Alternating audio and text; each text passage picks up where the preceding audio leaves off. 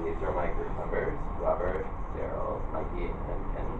And today we're going to be talking to you about some of the important things that we think that you should know if you're considering doing business in the United Kingdom. Today our discussion is going to include an overview of the economy, an introduction to business practices, as well as a discussion of corporate values.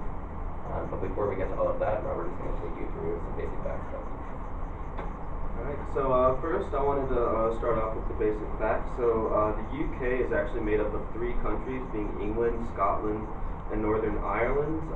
Its population is about 64 million, and its main language is going to be English. Now, of course, there are many others, but the second one being Polish. Also, there are a number of religions, Christianity being the biggest one, but there are also, like I said, a lot of diversity in there.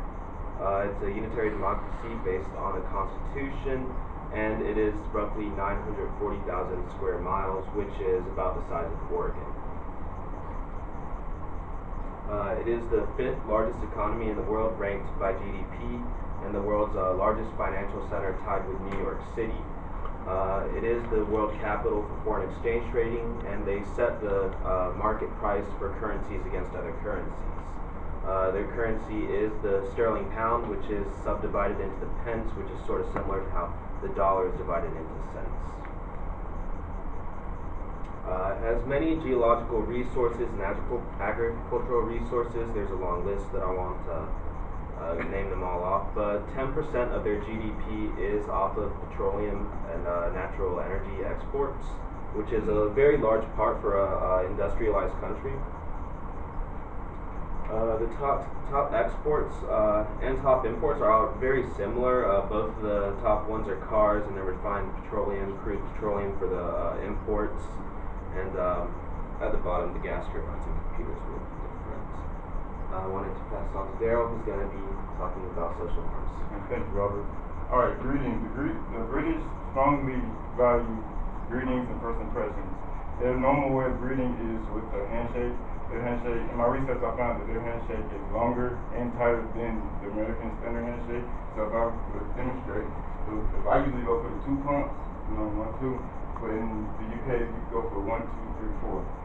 Okay, and they use the handshake before and after meetings. Courtesy titles are strongly recommended. Gift giving. They strongly discourage gift giving because it gives an uncomfortable feeling and it's really embarrassing. They do not participate in Christmas gifts. During the Christmas holiday, they give out thank you letters and appreciation of work ethics and so forth. Slang. We all know that the UK uses English language, and here are some slang terms that you might hear in a business environment. You might hear mate, ace, cheers. Cheers meaning thank you, mate meaning friend, car park meaning garage. You might hear, there are some unacceptable terms. Dodgy meaning fake, illegal, fugazi, taking the piss meaning to criticize or mock one another. Norms. They really value respect. They have a mutual respect thing going on over there, whereas I respect you, you respect me, and they discourage backslapping, hugging, all of the physical interactions. They completely discourage, and while you're talking, you should keep a wide distance between one another. And now I'll pass the mic to Kenny. He'll discuss some business meetings and formats. Thank you, Daryl. One thing about doing business, especially with British people, is that they respect punctuality. Punctuality is a big thing, so always be on time for an interview, a business meeting, a business lunch, business dinner, what have you. Typically, when you're doing business in the UK, you want to set your appointments in advance and confirm them as soon as you land in Britain. Or that means, if you're confirming a business meeting or interview, a business meeting in a hotel, you want to confirm the reservations at the hotel or the restaurant, and the interview with the people or the people that you're interviewing. They usually have business meetings over meals, typically breakfast, lunch, and dinner. Breakfast usually is more continental, instead of the big breakfast of your typical bacon, waffles, eggs, and so forth. Dinner, breakfast and lunches are usually held in, lunches or more so are usually held in pubs with a lighter menu. And dinners usually handed around, they are happening around 7 to 11 at night. Usually are very, very formal. In any case, if you're doing any type of business with senior members or executive members of the company for business or lunch, they typically held those in with the more expensive restaurants or hotels or at the executive dining room of the business that you're going to. Next slide, please. Anytime that you're hosting a business lunch or business meeting over food, you always want to make sure that you reserve the place of honor for the most senior person who may refuse it. In that case, you are more than welcome to accept that place with gratitude and with a general amount of humility. You also want to make sure that when you're eating, that your hands are on the table at all times. No elbows on the table, but hands are on the table at all times. Usually they eat with their fork in their left hand and a knife in the right. And if you're in a type of a buffet style type dinner, you want to make sure that you're passing to the left. In general, you want to make sure that you're making the extreme amount of proper decorum at all times. So manners, top manners at all times. Next slide.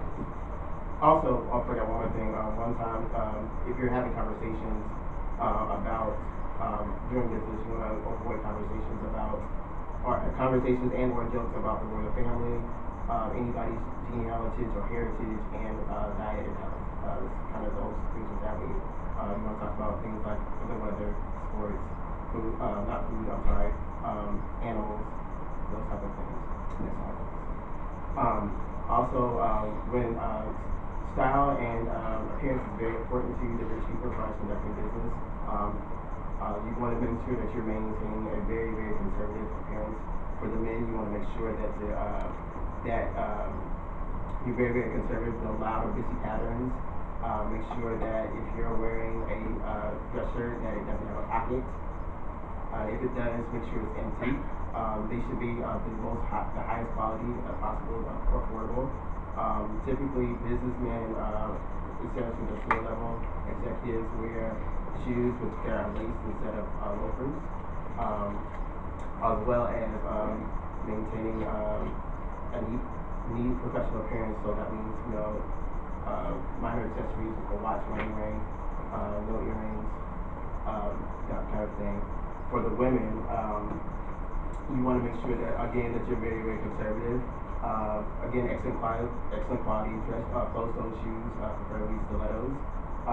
Popular, dark and muted colors as far as your dresses. Also, you want to make sure that your hair is conservative, minimal makeup. Another thing that you want to avoid is that when wearing ties, you want to make sure that you stay away from striped ties. They represent the British regimental, and if you're wearing those at a business meeting, they can be insulting or considered fake. So you want to avoid those things as well. Now I would like to pass it on to Mikey, who will tell you more about diversity and workplace. So in 2010, they passed an Equality Act, which provides opportunities for non-characteristics of people, being age, disability, gender reassignment, marriage, race, religion, and such. Within the workplace, there are about 53% male and 47% female. The workforce generally consists of people older than 16, all the way up to 64, but recent times there's been an increase of people older than 64, so people have been staying within the workforce for a lot longer than they have before. And as for race, the UK is very diverse. It's like America. It's just a hodgepodge of a lot of races coming together. And big chunk of that is just the British whites, and then they have another category, just other whites, and they have black people, Asian people, and then other minority groups. Typically within the business scene, top positions are held by British white people, and although they're still trying to implement just the equal environment within a workplace, still they're seeing that Black, Asian, and other minority groups are not able to hold or obtain those kinds of positions as their counterparts. And some attitudes towards America. So when you're doing business with the UK, you like to have like a good impression towards them. And a lot of, I guess, the world thinks that America is very, a little bit aggressive or a little bit blunt, and you sometimes hear not too good things about America. But I found that 65% of the UK has a favorability towards America. So with the average mean being 69, we're still a little bit under, but 65 is still a good number. And UK also has partakes in a lot of FDIs within the US, so they do exchange a lot of business with one another. And I'll pass it on to Andrew. We're going to talk about values within the countries. Awesome. So generally speaking, people in the United Kingdom strongly favor ethical business practices. And two things that evidence this are corporate social responsibility as well as the Millennium Goals of the United Nations, which I'll talk about later. Corporate social responsibility is kind of a way that people can gauge the actions of businesses. And although it's not a law-binding kind of thing, it is encouraged by the government through things like tax breaks, as well as seen on social media and grassroots activism type things. So generally speaking, corporate social responsibility is broken down into three groups. The first is workplace issues, which focuses on equal opportunity employment, work-life balance, things of that nature. The second is community contribution, which focuses on big media, social justice, and the greater good. And then the third is the environment, which focuses on sustainability through green energy and renewable resources.